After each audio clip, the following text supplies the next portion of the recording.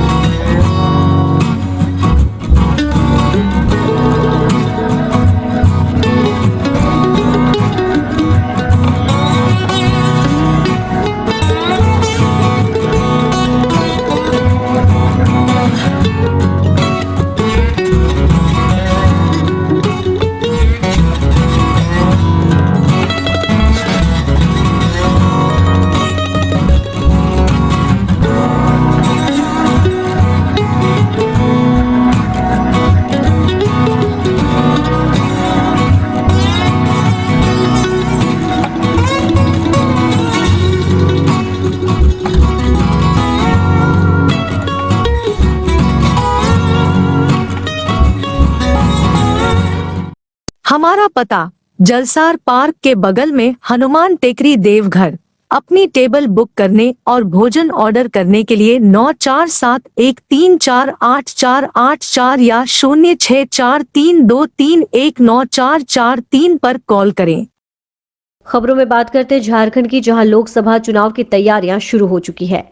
इसी कड़ी में आज राजधानी रांची के हरमू मैदान में पासवान समुदाय के द्वारा एक महासम्मेलन का आयोजन किया गया, जिसमें आगामी चुनाव को देखते हुए पासवान जाति की एकजुटता को प्रदर्शित करने का प्रयास किया गया। सैकड़ों की संख्या में पासवान समुदाय के लोगों ने इस महासम्मेलन में भाग लिया।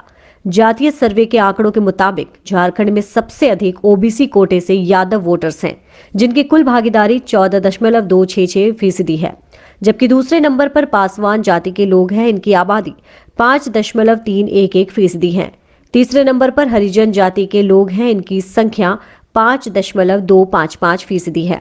आगामी लोकसभा चुनाव के मद्देनजर पासवान समुदाय की एकजुटता से बड़ी पार्टियों में पासवान समुदाय को अपनी तरफ आकर्षित करने की होड़ देखी जा सकती है। देखिए, ये पासवान महासम्मेलन जो है वो हमारे समाज पासवान समाज कहलाता है, एक वीर योद्धा, एक लड़ाकू कौम, एक निहायत ईमानदार। चूंकि पूर्व में हमारा इतिहास रहा है कि हम लठायत गोड़ायत सेनापति सेना नायक, और चूंकि पलासी के युद्ध में भी हम लोगों ने अंग्रेजों का साथ देके और मुगलों को मार के भगाया था। तो शुरू से हम अंगरक्षक का काम करते आए हैं। हम एक ईमानदार कौम है, लेकिन धीरे धीरे समाज में ऐसी परिस्थिति आ गई कि समाज को अनदेखा किया जाने लगा। हमारी जो एक एकजुटता है वो कहीं ना कहीं बिखरती चली गई, जिसका हमें एक राजनीतिक, सामाजिक और शैक्षणिक हास हुआ। हमें बहुत उसकी हानि हुई, क्योंकि ये जो कौम है, ये कौम शिक्षा में बहुत आगे है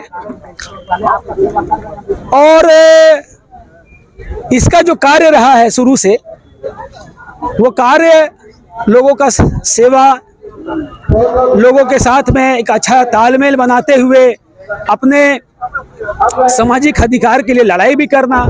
तो ये महासम्मेलन उन सभी चीजों के लिए, जैसे सामाजिक हमारी भागीदारी कि हमारा हर साल बाबा वीर चौहरमल की जयंती मननी चाहिए, शैक्षणिक हमारे बच्चों को आज मुफ्त शिक्षा का लाभ नहीं मिल रहा है, हमारे जो बच्चे हैं उनको मुफ्त छात्रावास नहीं मिल रही है, और सबसे जरूरी जो राजनीतिक लाभ, हमारा पूरे झारखंड में 81 सीट है, 81 में से 9 जो है वो दलितों के लिए रिजर्व सीट है, लेकिन मात्र 2 ही सीट में हमारे एक केदार हाजरा जी जमुई से आते हैं, और एक आते हैं लातेहार से हमारे बैजनाथ राम जी। तो चूंकि क्या है कि हम चाहते हैं कि हमारा पासवान समाज की भागीदारी 9 में से कम 6 तो जरूर होनी चाहिए, और मैं सरकार से मांग करता हूं कि चूंकि 81 सीट है तो उसमें कम से कम 21 सीट है जो वो दलितों के लिए रिजर्व होना चाहिए। और ये महासम्मेलन सबसे बड़ी चीज है कि हमारी एक चट्टानी एकजुटता का हमने जो आह्वान किया था, ये 24 जिला को मिलाकर देश के कोने कोने से लेकर हमारे सभी समाज के पुरोधा हमारे समाज के वीर योद्धा ने भागीदारी निभाई और ये हमारा सफल कार्यक्रम रहा।